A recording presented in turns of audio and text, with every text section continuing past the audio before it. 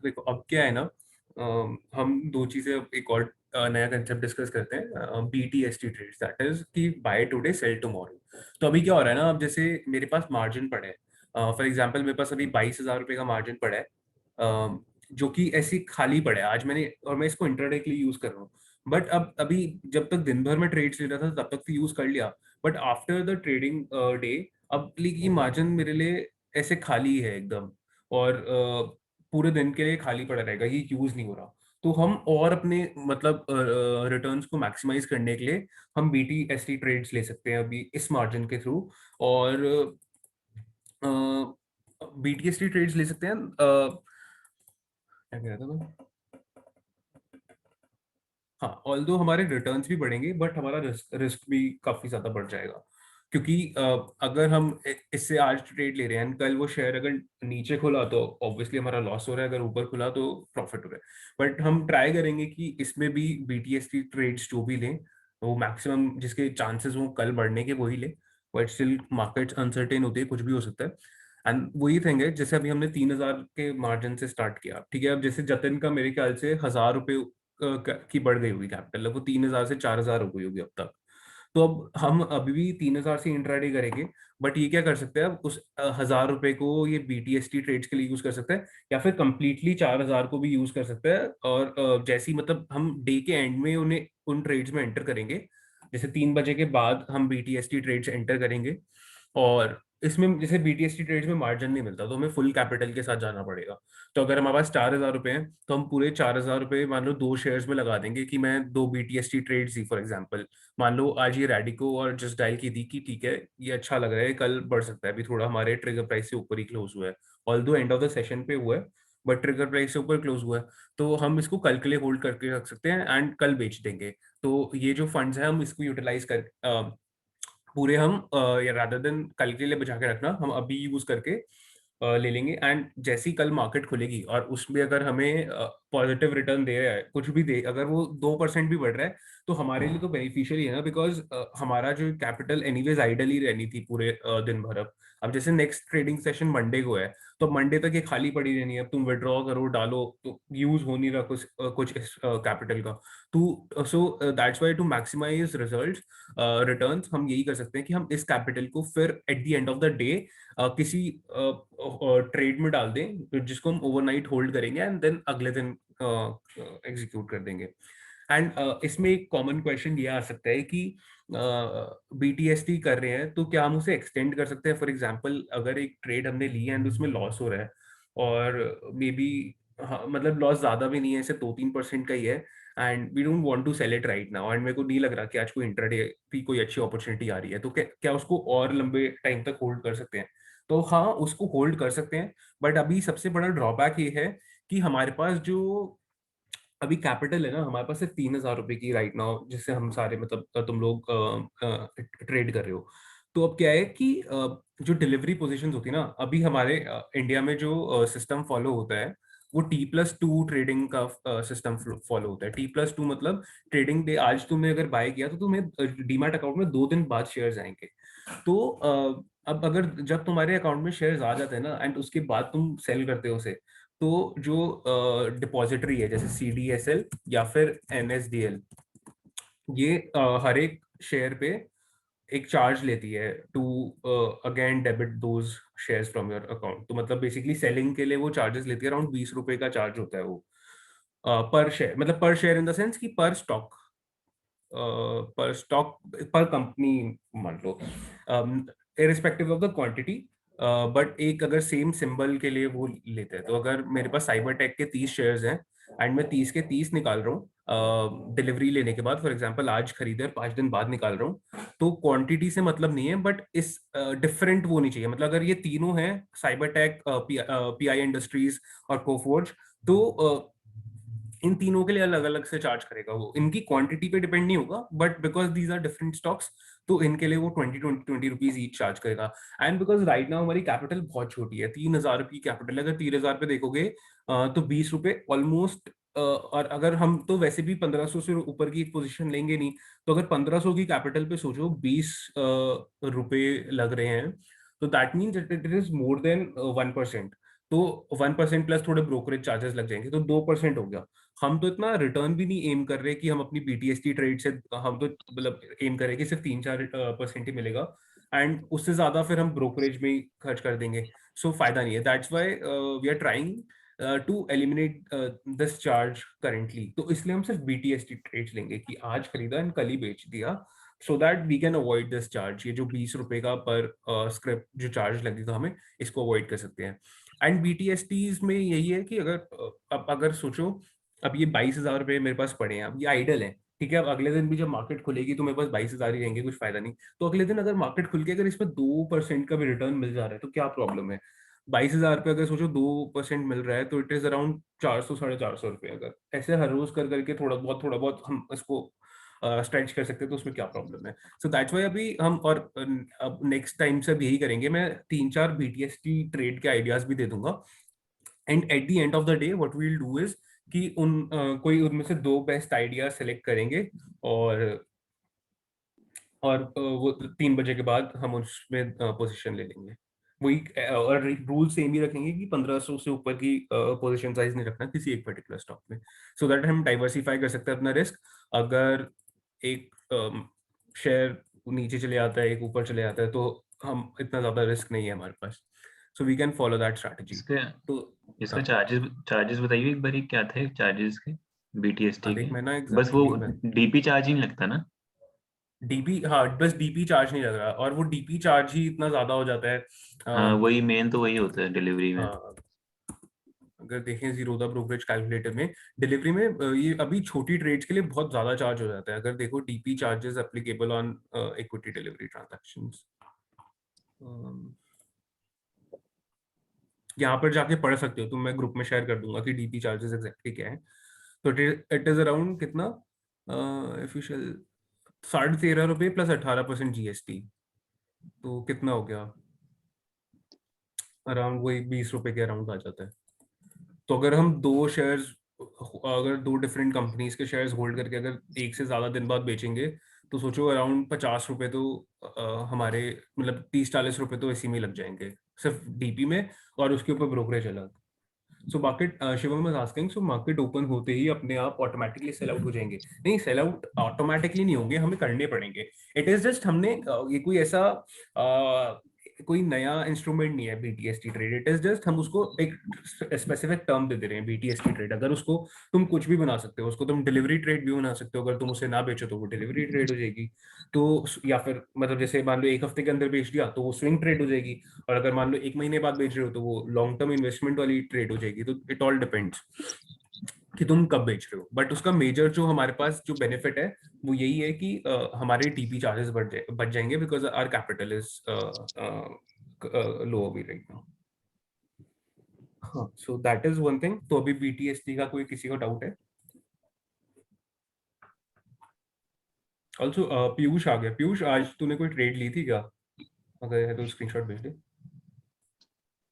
हाँ, मैं आपको भेज दूंगा स्क्रीनशॉट। देख लेते ना कि मतलब प्रॉफिट ही हुआ ना आज तो। हाँ, हुआ था। मेरे को आज थोड़ा जल्दी लीव करना पड़ा था तो मैं वेट नहीं कर पाया था। सिप्ला पे भी मैंने ले रखा था, बट अच्छा, मेरे को कुछ काम आ गया तो मेरे को लीव करने का एग्जिट करना पड़ा। अच्छा, कोई इशू नहीं, ठीक है।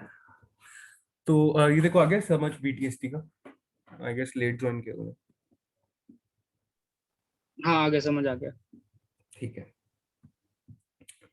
तो अब कल से ऐसे बीटीएसटी ट्रेड्स भी ले लिया करेंगे, मतलब देख लेना अपने हिसाब से तुम रिस्क ले सको, बट परचेज 3:30 से पहले ही करने होंगे ना। हाँ, 3:30 के बाद तो मार्केट बंद हो जाएगी, तो शिवम 3:30 से पहले ही परचेज करेंगे। एंड इसके भी पीछे रैशनल यही है कि 3 बजे तक तो हमारी इंट्राडे पोजीशन ही रहेंगी, मतलब 2:30-3 बजे तक, 2-2:30 बजे तक। तो तब तक वो मार्जिन हमारा उन ट्रेड्स में यूटिलाइज रहेगा। So once we square off those intraday transaction, उसके बाद फिर हम अपनी डिलीवरी ट्रांजैक्शंस के लिए फिर वो जो पैसा आ जाएगा फिर हम उसमें यूज कर लेंगे बीटीएसटी ट्रेड्स के लिए। तो अगर देखो जैसे कल एक एग्जांपल लेता हूँ, कल हम जेके लक्ष्मी में इंट्राडे कर रहे थे, ठीक है। तो जेके लक्ष्मी ने हमारे अच्छे खासा इसको ट्रिगर प्राइस को ऊपर गया था ट्रिगर प्राइस से, एंड उसके बाद भी काफी बुलिश मोमेंटम दिखा रहा था। तो हम इसमें बीटीएसटी ट्रेड ले सकते थे। तो सोचो कितना सही फायदा हुआ। ये अगले दिन ओपन ही सीधा 3.5% हुआ है आज, एंड हाई इसने 8-9% का कुछ बनाया, 10.5% का। तो अगर हम इस प्राइस पे लेते हैं यहाँ पर, तो हमें मार्केट खुलते ही 3-4% का प्रॉफिट हो जाता। And there is no harm, मतलब सोचो खाली जो कैपिटल आइडल पड़ी रहती है हमने उसको भी यूटिलाइज किया, एंड 4% बढ़ती, and then we can start taking intraday trades. But इसका वही ड्रॉबैक है। ड्रॉबैक भी क्या, मतलब इसमें just the margin facility is not available, but कोई नहीं, हमें स्टिल थोड़े बहुत रिटर्न्स मिल रहे हैं तो बढ़िया है। 4% भी बढ़िया ही है। अगर मार्जिन ट्रेडिंग में देखें, हम 1% का टारगेट लगाते हैं और 8-9 टाइम्स लेवरेज मिलती है, तो हमें मतलब that means we are getting 8-9% profit. But यहाँ पर हमें सीधा अगर मार्केट ओपन होते ही 4% मिल रहा है तो क्या इशू है उसमें? That is also fine. जहाँ भी कुछ नहीं मिल रहा था वहां पर भी हम कुछ ट्राई कर रहे हैं निकालने का। So that is the main rationale behind it. और बस that is about the BTST trades that we will be taking. और I wanted to discuss one more concept, that is अभी कुछ लोग पूछते हैं कि टारगेट्स, जैसे अभी राइट नाउ मैं क्या करता हूँ, एक्सेल में एक फॉर्मूला ही लगा देता हूँ कि अराउंड 1% के पास हमारा टारगेट रहेगा और 1% के नीचे स्टॉप लॉस रहेगा। बिकॉज अभी सारे फिर इंडिविजुअल चार्ट्स को दोबारा एनालाइज करके उनके टारगेट पॉइंट्स देखना और करना थोड़ा मुश्किल हो जाता है। बट अगेन हम उसकी टेक्निक सीख सकते हैं अगर तुम लोगों को वो टारगेट्स और स्टॉप लॉस आगे नहीं फॉलो करने हो। अभी तो वही करो strictly follow, but so gradually we'll become self sufficient. तो उसके लिए वील ट्राई टू लर्न कि कैसे अपने हम टारगेट पॉइंट और स्टॉप लॉस पॉइंट्स डिटरमाइन कर सकते हैं ट्रेड्स में। तो उसके लिए जैसे मोहित ने यहाँ पर मार्क भी कराया होगा, एक टूल होता है दैट इज फिबोनाची रिट्रेसमेंट। तो हम इसको यूज करना थोड़ा बहुत सीखेंगे। इसको थोड़ा टाइम लगेगा सीखने में, time in the sense because समझने में, बिकॉज ये भी काफी सारे ऐसे फॉल्स सिग्नल्स दे सकता है। तो वो धीरे धीरे ऑब्जर्वेशन पे ही आएगा कि कैसा हो रहा है। तो उस हिसाब से हम फिर इसको बनाना सीखेंगे। अभी ये 5 मिनट बचे हैं इस रिकॉर्डिंग में, फिर आई एम थिंकिंग कि एक बार पूरा ही टाइम खत्म हो जाए फिर स्टार्ट। और तब तक तुम लोग सारे, अगर किसी ने अपना लैपटॉप वगैरह नहीं खोल रखा है, चार्ट्स अभी नहीं खोल रखे, तो खोलो। एंड कल भी मतलब I would like to appreciate, मतलब जतिन और इसने एक और किसी ने वो भेजे थे चार्ट्स ग्रुप में, हाँ सात्विक ने भेजे थे। तो तुम लोग भी ट्राई कर सकते हो यार, बाकी लोग भी इस पे ट्रेडिंग व्यू पे जाकर अपने चार्ट्स पोस्ट करो। दिन में अगर 15 मिनट भी लगा दोगे तो कोई इशू नहीं है, मतलब अच्छी लर्निंग ऑब्जेक्टिव है उसका। काफी कुछ सीखने के लिए मिल सकता है। अगर देखो जैसे इतनी सारे ट्रेड आइडियाज यहाँ भी आते रहते हैं, तो अगर खुद मेहनत नहीं करनी चार्ट्स ढूंढने की, you can find good trade ideas and share and get to learn about them. तो दैट इज द थिंग। और कुछ या कोई हेड आउट? 4 मिनट बचे हैं इस मीटिंग के लिए।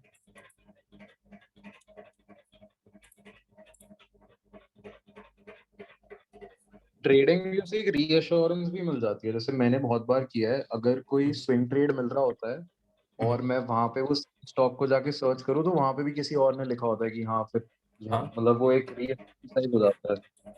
हाँ। हाँ ठीक ही और सोच रहे हैं। और कुछ कुछ पॉपुलर स्टॉक्स में देखोगे ना, जैसे एसबीआई में तो इतने सारे लोगों ने सेम आइडियाज पोस्ट कर रखे थे। ऑल तो मतलब ऐसे किसी ने ये नहीं है कि कॉपी कर रखे थे, बट इट वाज लाइक कि everyone was thinking the same. And हमारे लिए बेस्ट चीज यही है, अगर सारे लोग सेम देख रहे हैं, सारे लोग बुलिश हैं, इसका मतलब तो डेफिनेटली बढ़ेगा ही, बिकॉज प्राइस को इन्फ्लुएंस कौन कर रहे हैं? हम लोग ही तो कर रहे हैं। एंड अगर हम ही सारे लोग इसमें बुलिश रहेंगे, everyone is thinking the same, तो उसके तो चांसेस बढ़ जाते हैं उन ट्रेड्स के ऊपर जाने के।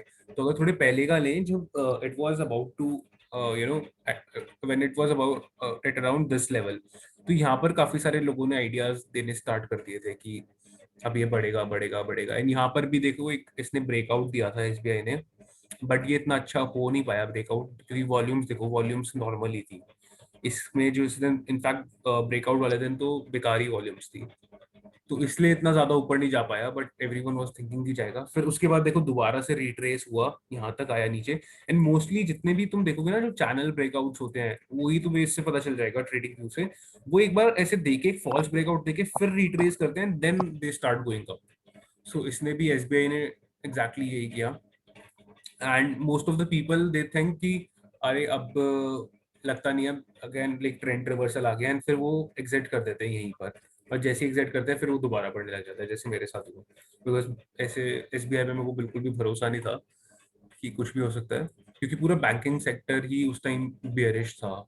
एंड देन सडनली एकदम से स्पाइक आने लगा, like within last 1 week इसने इतने अच्छे रिटर्न्स दे दिए। हाँ, तो ट्रेडिंग मेरे व्यू को पे एक डाउट जाके था, हाँ जैसे आपने आज MCX का बोला था कि स्टॉप लॉस का ऑर्डर डाल दो क्योंकि प्रोबेबली एकदम से ऊपर जाएगा, तो मतलब वो कैसे जज करते हो आप कि इसमें जाएगा या इसमें नहीं जाएगा? बिकॉज हर जगह अगर स्टॉप लॉस का डाल देंगे तो पॉसिबल है कि वो नीचे चला जाए वापस, जैसे वो यार, हमारे ट्रिगर पे हाँ, ऐसे बैक कर रहा होता है कोई भी स्टॉक, तो कैसे करे फिर डिसाइड?